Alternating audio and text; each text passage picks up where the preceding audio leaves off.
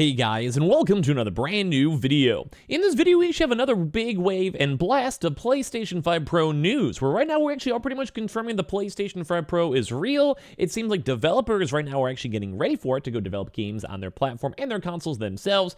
And as well, when it comes to this type of stuff, we're now seeing a lot more information coming out and more up-to-date information when it comes to the PlayStation 5 Pro. Now, as you guys have probably been seeing quite a few different videos and topics when it comes to it, there's been little bits and pieces of like a slightly better GPU, more memory in the system, and it kind of seems like every few weeks we get like a brand new, like kind of batch, I guess, of information that shows just a little bit more. Like every bit and piece of it's just a slightly little bit better, and at the end of the day, that's a win. Like, that's a good stuff. Like, we like knowing what we're about to go and buy. We like seeing this type of information, and we're all just getting more information out knows what the PS5 Pro is really going to be. So we're going to go talk about this, talk about new leaks, talk about new drama, and all that good stuff. So make sure you guys are subscribed with the notifications on. We have the Twitter and Twitch stream down below, and I just appreciate y'all for watching.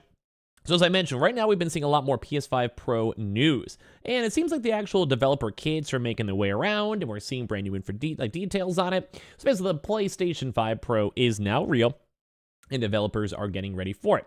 So Sony has been asking developers to get games ready over the summer with a big push right now into ray tracing support. And if you guys probably know, ray tracing and like their PlayStation like AI integration is kind of a big selling point on the PlayStation 5 Pro.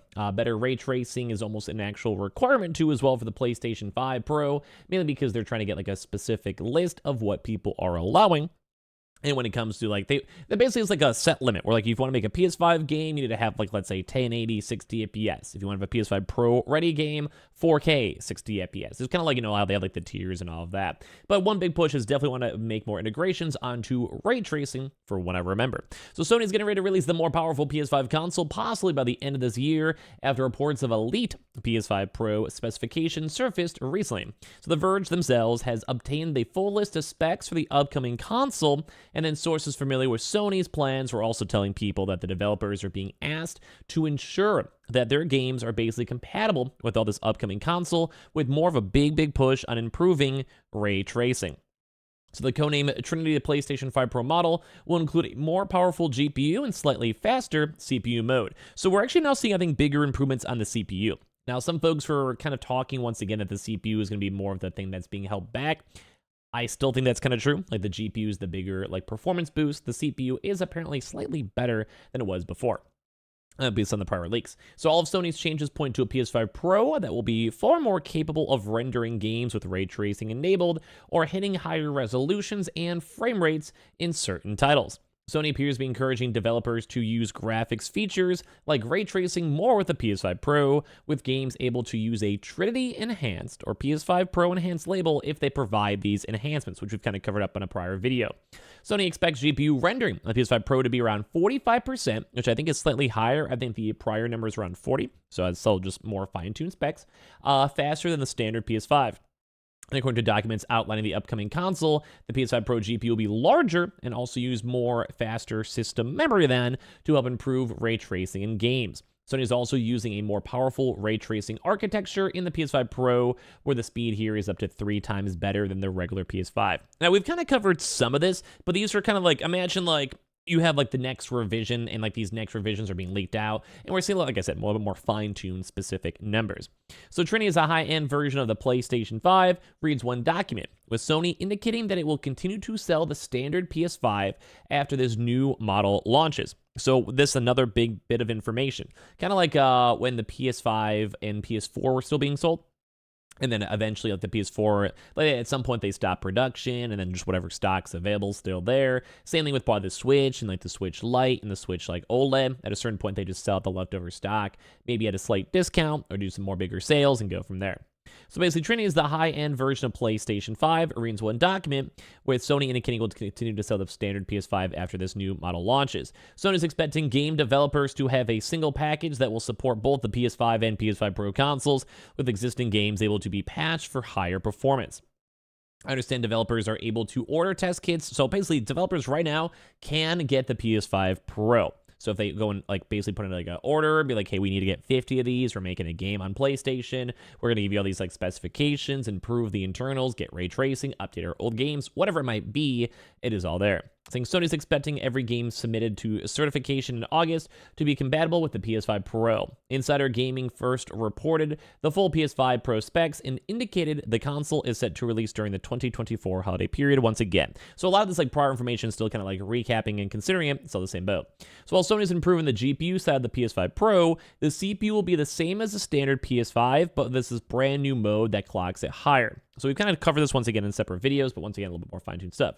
Saying Trinity has a mode that targets 3.85 gigahertz CPU frequency, and that's still a 10% more higher than the regular PS5.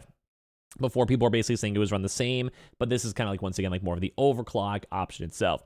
Sony will offer developers the ability then to pick between the standard mode at 3.5 or the high frequency mode at 3.85.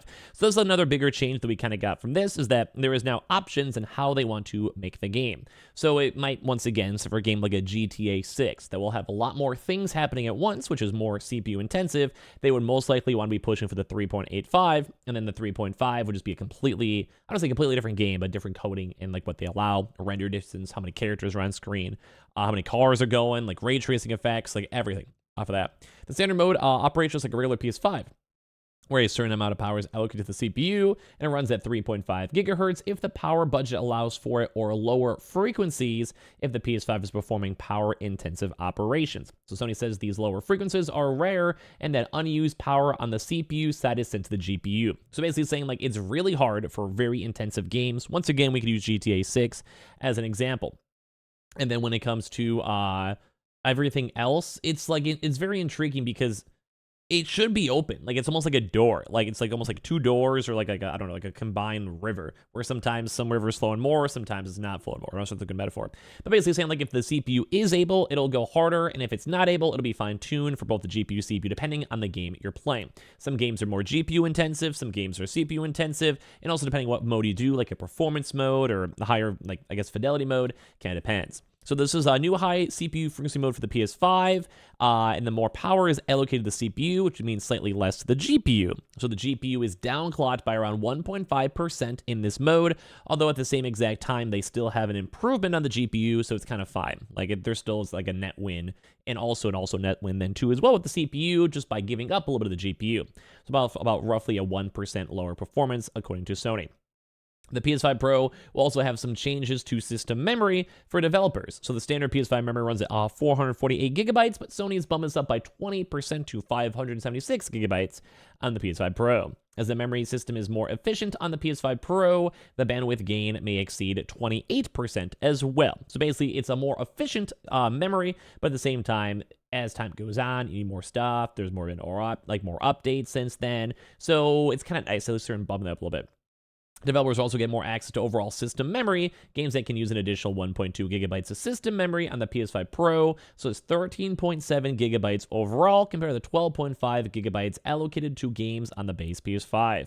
The increase in memory speed and allocations may be useful for the Sony's new PlayStation Spectral Super Resolution PSSR support. So basically making sure the CPU, GPU, and memory are all increased to make sure they can utilize things like ray tracing and the PSSR. This is essentially Sony's upscaling answer to NVIDIA's DLSS or AMD's FSR, and this basically improves the frame rates, image quality on the PlayStation, and makes something a little bit nicer and utilizes AI a little bit. Sony has built a custom architecture for machine learning on the PS5 Pro, which supports 300 TOPS of 8-bit computation. So this new architecture supports Sony's custom PSR upscaling solution, which once again is like an AI to kind of bump up things in the PS5 Pro, which is designed to replace a game's existing temporal anti-aliasing or upsampling implementation. Sony notes that inputs are quite similar to DLSSR or FSR, and that full HDR support is included. These are basically just like nice things, making sure frame rates are good, consistent, higher quality resolutions, and all of that. This support requires around 250 megabytes of memory, which is why the memory allocations on the PS5 Pro should help there. Sony says that there is around 2 milliseconds of latency involved in upscaling a 1080p image to 4K, and that the company is working to support resolutions up to 8K and even improve the latency in the future.